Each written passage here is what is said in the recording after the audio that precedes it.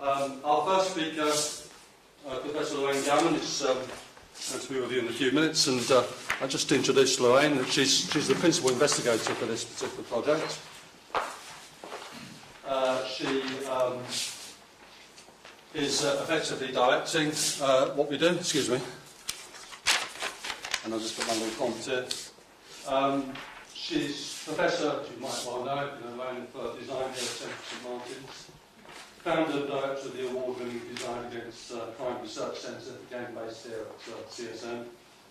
And she's also visiting professor with the Designing Out Crime Research Centre at the University of Technology, Sydney. So, Lorraine, over to you. Thank you. Welcome to Central St Martin's. I'm so sorry that you arrived today when the builders were outside, because usually it looks like this. We're very proud of the new campus and of the site, which local people use as a swimming pool, and it makes it a much more attractive location. Certainly, if you want to see the fountains, there are some to this side of the building, and a much nicer place to sit and eat your sandwiches.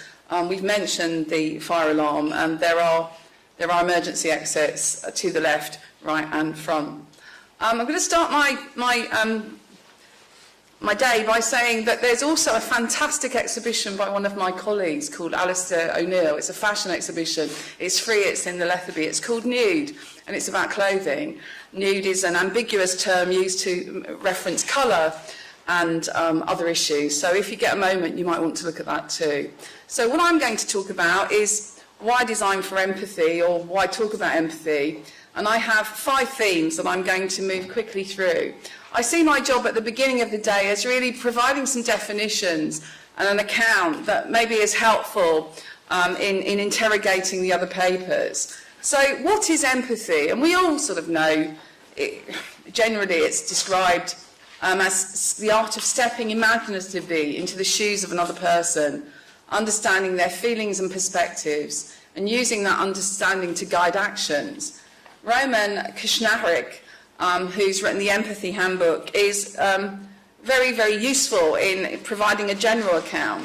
But for me, the question is a primary question, is what is the point of the focus? Does empathy really have the power to transform relationships from the personal to the political, and to operate as a catalyst that could create fundamental and social change? Research does suggest that empathy is considered a motivating factor for unselfish pro-social behaviour, whereas a lack of empathy is related to antisocial behaviour. And you'll have heard Obama talk about the empathy deficit in the USA, and we obviously have issues here in the UK. But the question I want you to think critically about is, what use is empathy to us in terms of a design debate, a restorative justice debate, a debate about theatre, and a debate about politics? And from restorative justice, there's a sort of big promise about the need, or what the impact of understanding each other could be. And I think that we need to interrogate how it might work and to understand. So towards that journey, I wanted to give some definitions. So cognitive empathy is usually described as understanding somebody else's behaviour, being able to see their perspective and get who they are. Whereas the second definition, which is from Hoffman, talks about affective empathy. That's the compassionate response. So it's one thing being able to understand to somebody and see it from their point of view, but are you emotionally moved by them? Is the empathy operating for you on both levels? And Baron Cohen suggests, while the twin aspect of empathy is very real, that it's a very slippery concept. He talks about the fact that empathy is not equally distributed in individuals, that those who experience empathy don't always do it in the same way or have the same amounts. And he also talks, more controversially, about 0 degrees of empathy, a phrase he suggests is much more useful than notions about evil or accounts of psychopathic behaviour, although he does use some of those terms. Now, what I find, I really like Baron Cohen's work, and, very impressed with Cambridge and the way they have focused on autism in regard to empathy. And his account suggests that while many people struggle with the social world to understand other people's intentions, thoughts and motives, that effective empathy in those with autism is not always compromised. And his argument is that most people make dreadful statements about autism without really understanding, and he does use a bell curve, and I know that Robin will have problems with the bell curve, but you know, his argument is that even with autism, there are different types and different aspects. And so if we were using a bell curve to talk about ordinary people who, you know, there's sort of a middle, some have low empathy, some high. The same is true in autism. And he has also looked at psychopathic behaviour. And his account is simply this, that even in psychopaths, they have empathy. They understand your perspective. They just don't care about it or have any feelings for you. With those who are affected by different aspects of autism, many have very, very strong affective accounts, affective responses. So when we talk about empathy and we talk about who has it and who doesn't have it, we need to be careful and we need to actually think a bit. Also, Baron Cohen's work raises questions about cultural factors. So most of the psychologists, you know, they talk in their fields and they don't tend to broaden out. But, you know, what happened in certain moments in history does testify to the fact that obedience to an authority figure can impact on temporary lapses of empathy.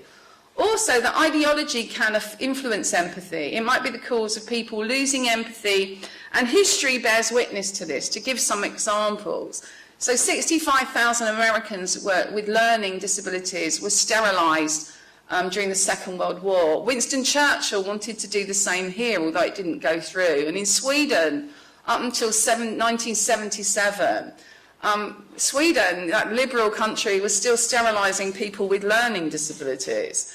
And so history shows us that ideological and cultural forces need to be understood when we start to talk about empathy, and it's complicated. History has shown us that many nations have no empathy for those they regard as outsiders or different. That's something I want to come back to. The examples are straightforward. Now, there are also some other issues that we can talk about in terms of cultural definitions of empathy. Research has shown that those of us who think they're sympathetic or empathetic find it more difficult to empathise when there's a difference between people, including status, culture, religion, language, skin colour, gender and so on. And actually one of the privileges in teaching in this institution, where there are usually 144 different nationalities present at any time, is that, you know, you can't take for granted what is normal. And it seems to me that ethno-cultural empathy assumes an empathy towards others at various stages may increase if the person is similar to yourself. And that's something to think about when trying to understand empathy. Environment is obviously important too. Empathy is taught and learned. Feeling love and affection has impact on how you will experience empathy, as has maltreatment and abuse. And John Bowlby's work, who's a psychologist who's notable in this area, speaks very plainly and very clearly about this. But there are also biological factors that need to be addressed. And, you know, the sort of psychological work by Baron Cohen has measured some of this stuff. You know, it's an interdisciplinary account. But the three factors that seem to be significant in terms of the development of empathy concern to the A gene, which is reviewed by scientists who suggest this gene can be linked to delinquency. And there are many statistics. Hormones, that when they, you know, look at prenatal testosterone and then measure those children again at age 8, what they find is that some children affected show less ability to read faces and emotions if the balance is not quite right. Brain structure also affects empathy. I'm sure you've seen, like me, the TV programs where someone who's had a brain injury is recorded as part of a documentary as highly changing. And the argument is that, you know, some of the learning about empathy has come from neuroscience and damage of brains of highly empathetic people after accidents. Now, so what we're saying is that empathy is linked to pro-social behaviour, but is empathy always a good thing? Well, actually, you know, nursing is probably the most empathetic profession, and there is a sort of positive links between patients and empathy and clinical outcomes, but actually there's also some inconsistencies. Those nursing staff who have perhaps too much empathy or can't distance burn out quicker. And some studies indicate possible associations between empathy and nurses' fatigue, hunger and depression. And so what I'm saying then is that empathy is not a panacea, and so we need to look at it critically. Now, as a design-based practitioner, a big question is, for me, in regard to how empathy might inform design practice, is whether or not it can make a contribution and whether or not it can be learned or enhanced. And Baron Cohen's work with autism and new work from neuroscience suggests to some degree empathy can be taught and learned. And here are some of the tools that Baron Cohen uses. He talks about an animation series that helps children with autism aged between 2 and 8 recognise and understand emotion. There's a more developed process, which is another system called Mind Read, that takes broader emotions, a wider spectrum, and enables the user to study emotions and learn the meanings of facial expressions and tone of voice. So the indication is that when there is a deficit, there are things that can be done, although they may not be always helpful. But certainly, you know, many projects have learned from this approach. So one of the sort of teaching aids that was, I think, introduced by Canada is the Roots of Empathy project. Most of you might think, why do you need to take a baby into school to teach children about emotions? But actually, the findings from those projects are that when the babies are taken in, the children are asked to actually understand how the baby might feel, speak about what the emotions are, generally observe, that it has a significant effect and reduces levels of aggression among school children while raising social competence and increasing empathy. There are other projects too that are aimed at building understanding. I'm planning to run a human library at Christmas with the graffiti project that I'm working on. But the human library is an innovative method designed to promote dialogue. So what happens is people are books and reading is a conversation between them. And there's a system that's set up so that you go to the library, you take out a book and have a conversation. And the argument is that this actually not only gives people an opportunity to speak informally with the people on loan, but also to understand difference and challenge prejudice and notions that are problematic. Other projects that build on empathy are things like the Blind Cafe. Have any of you ever been? I think some of you might have. Yeah, there's a few people here. You know, where you go and have dinner, but you have to experience what it might be like to be blind. You know, there's a sort of selfish rationale that it might increase and improve your experience of the food, but also there's a different meaning and a different intention for the projects, which have been very successful. I like this one, which is called Be My Eyes. It's a new app that was invented to connect sighted people to blind people. So there's about 100,000 people signed up, 90,000 people agreed to be eyes, and 8,000 blind people seek help. And it could be just to get somebody to make sure that you're having the right tin of beans. But it seems to have worked and to be helpful, still being critically evaluated. And obviously there are safety concerns with such an app, so it wouldn't be a good idea to show somebody your bank card. Then there are political organisations that intend to build on empathy. The Parents Circle, the Family Forum, is a joint Palestinian and Israeli organisation of over 600 families. And what it is that if you're a Palestinian that's lost a son, you'll be the person who counsels an Israeli who's had the same experience. And it's shown that maybe it's possible, by speaking about personal grief and sharing those experiences, to build reconciliation between individuals and nations. I think that, as an empathy project, it has quite a lot to offer, as does the Forgiveness project. I don't know if any of you are familiar with the website, the Forgiveness website.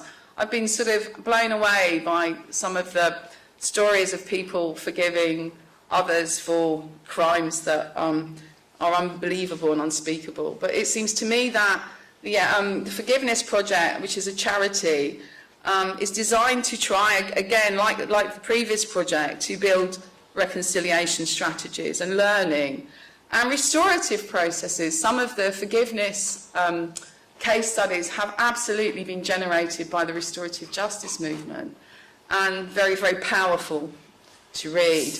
Now, designers are not known for work like that, but they have worked very strongly in designing not just with empathy to create products that you might buy, but for empathy, to do things that may enable you to experience another's perspective. And one of the obvious people to talk about is Patricia Moore.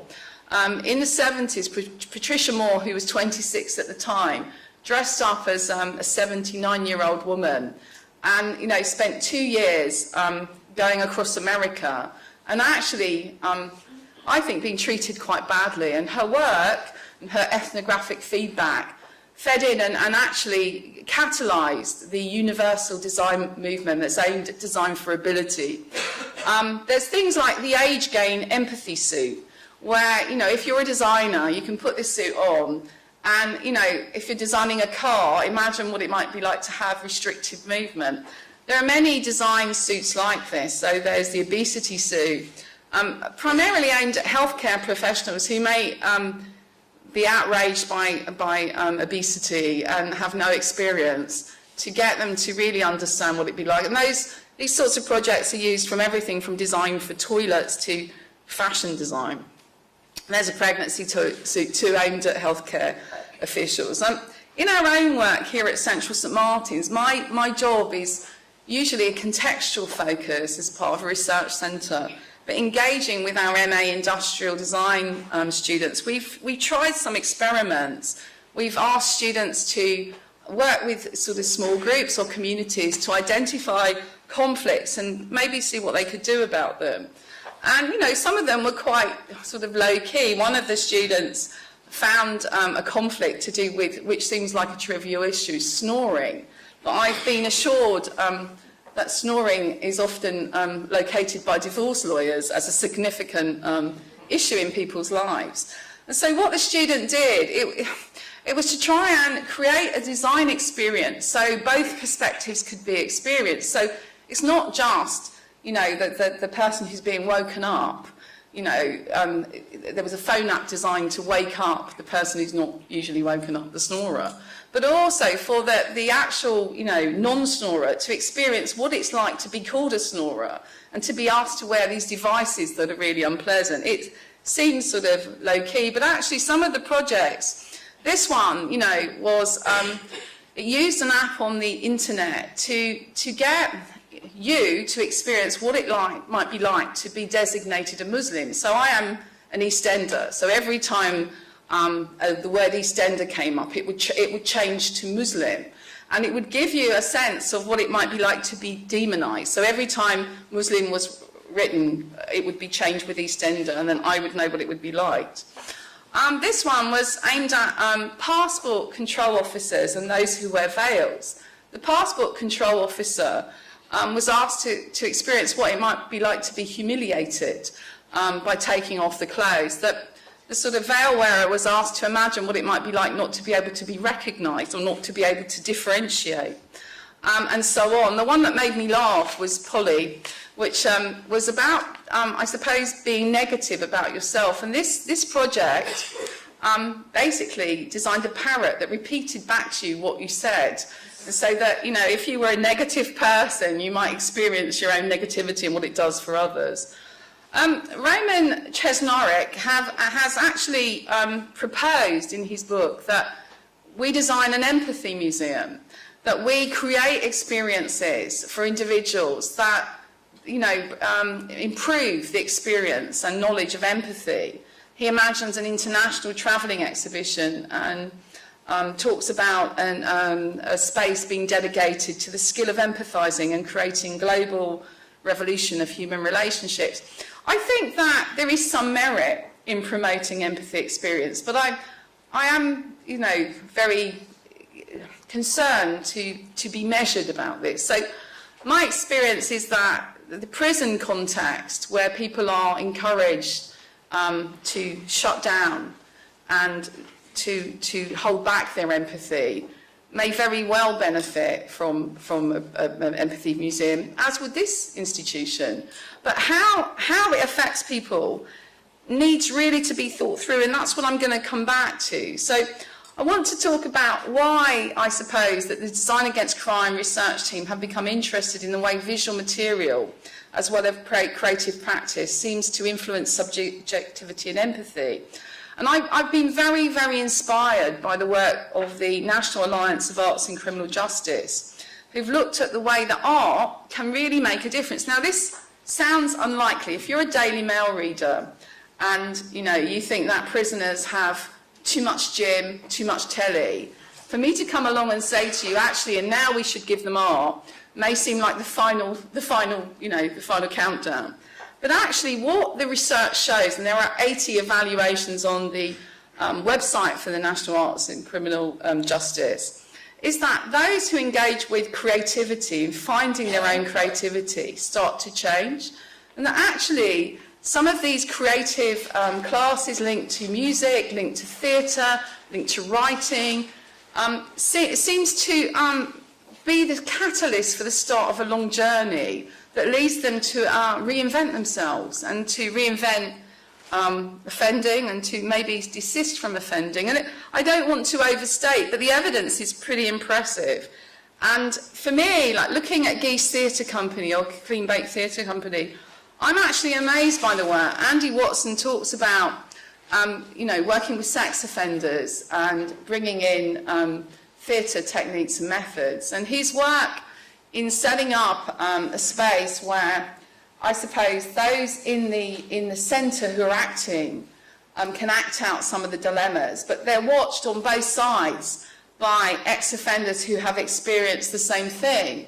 And his argument is that for the inmate audience watching and experience, they see something else, it changes for them.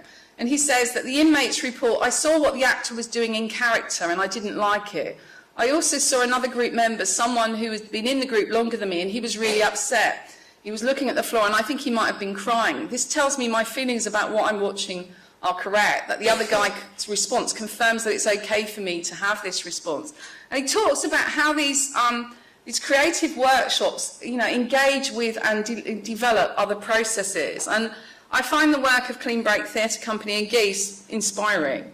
I also like the work of the Gamelan Museum. I actually attended a workshop where I, in an hour, learned how to play a tune with 20 other people. And the point, so if you're a Daily Mail reader, you just think, why are we throwing the money at these people, in prison in particular? The point is that in the process of learning to create a tune, the whole group have to learn to cooperate and understand each other, maybe to empathise with each other, to make the music.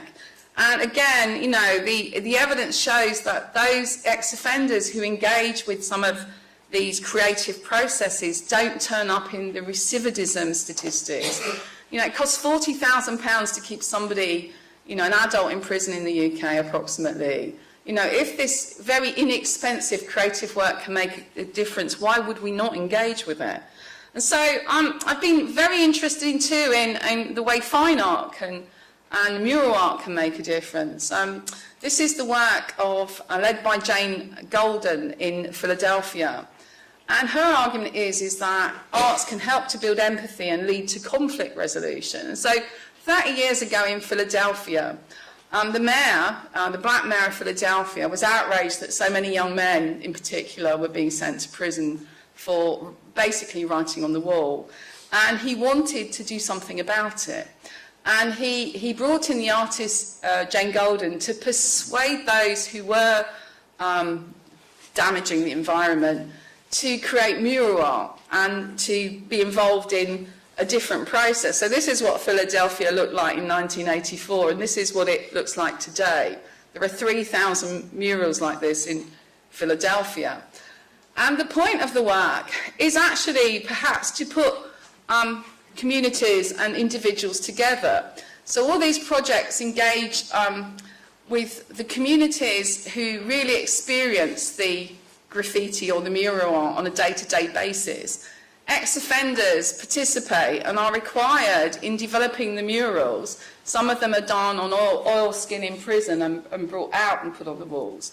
To consider the perspective of how others feel to create the artwork. Those viewing the artwork are informed that it's created by ex-offenders. And I suppose the Philadelphia project is about making colourful cities and including the excluding and connecting people through visual research, ultimately to build bridges rather than force people to engage with each other.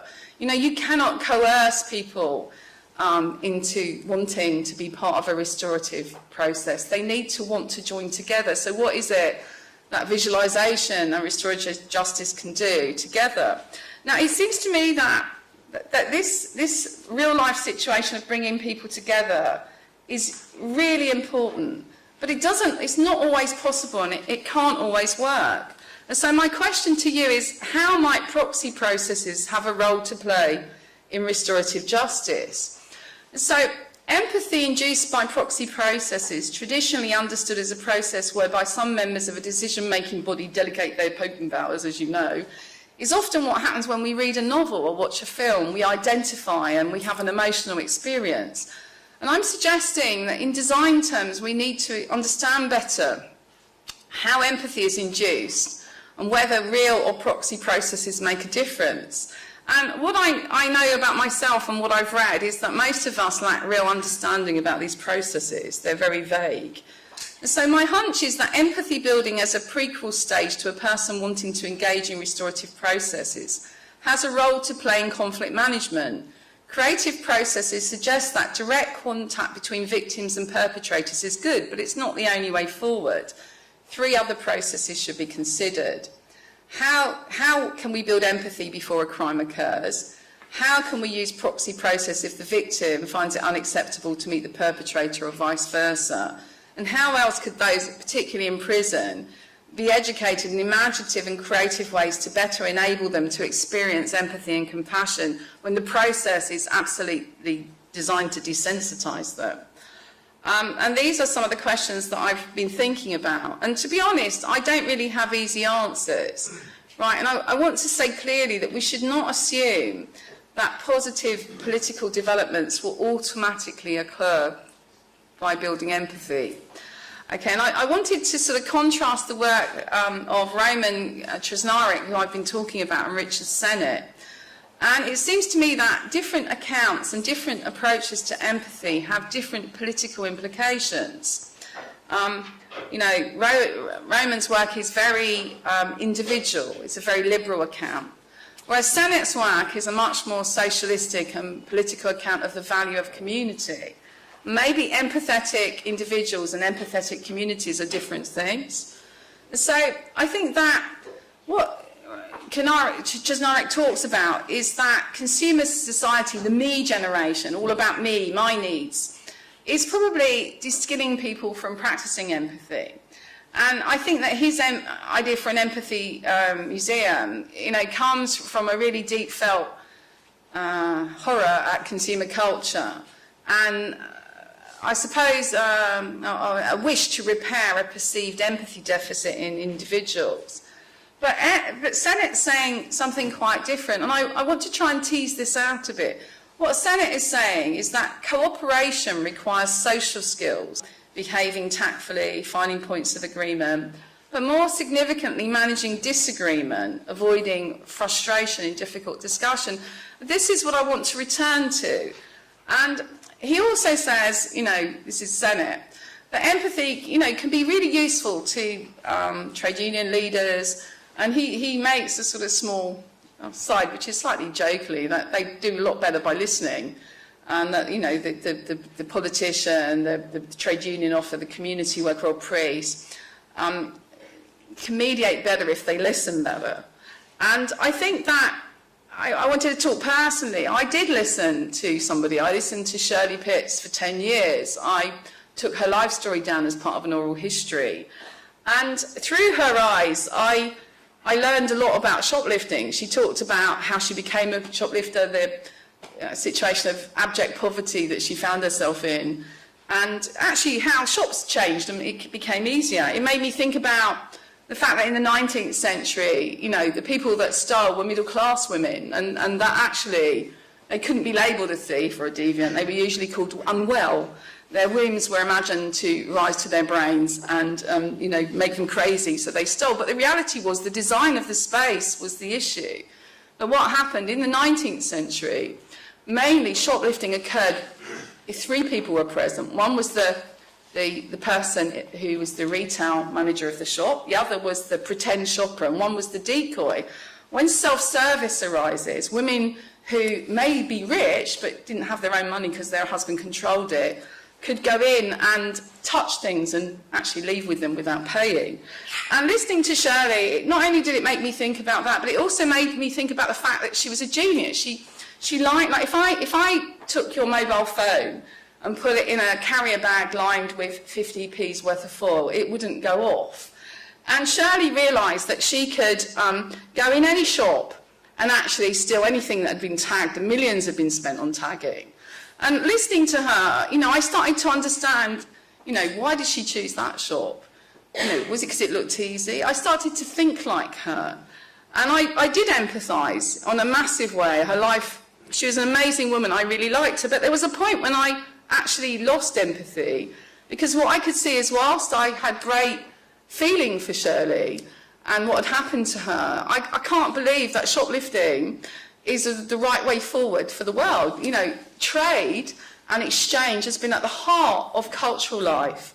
You know, and as much as I found it funny, you know, this is part of my PhD, you know, shoplifters of the world unite, Morrissey, I actually started to think this is a terrible example for my daughter or yours, and that actually we have to do something about it. And so I started to visualise how shoplifting happened and design against it. And so what I'm saying is empathy with the thief inspired what I do now. It inspired me to set up the Design Against Crime Research Centre. And I did so because, not that I just wanted to, like, you know, be the poacher, you know, the sort of poacher turned gamekeeper, but I felt that things as much as people were criminal. And actually a lot of people weren't like Shirley. Shirley was amazingly good at shoplifting. A lot of them get criminalised and get into the criminal justice system in an appropriate way, precisely because the stores make it really easy, and that actually design failed here and design could do better. And so what I'm saying, there was a strategic point when my empathy ran out, and that actually it made me do something else, and maybe that's the value. Maybe that empathy can lead to creative process, but it needs questioning, because on its own, politically, it's not enough. And like what Sennett does when he talks about, he goes, look, at the beginning of time, you know, the beginning of the relationships of nurturing, cooperation is the foundation of human development. And he goes that, you know, it's not about thoughtless sharing, it's actually, he talks a lot about mothering. But he also understands the significance of tribalism in society, the fact that there's always been conflict, and that conflict is hardly, in this time in history, it's hardly something we can pretend is not going to happen. And so he talks about, you know, social organisation needing to understand conflict, and he quotes Bakhtin, and he talks about dialogue. And I wanted to end really by saying, for me, visualisation and design have a role to play in democracy. They have a restorative role as a form of dialogue, as a form of putting out there other possibilities, not just to resolve conflict, but sometimes to articulate difference and to deconstruct deviance and to promote the need to live with difference and diversity, and the fact that we might not be able to resolve things, but to do so in peaceful ways. And Chantal Mouffe calls this agonism in terms of democracy. She says real democracy is not about hegemony.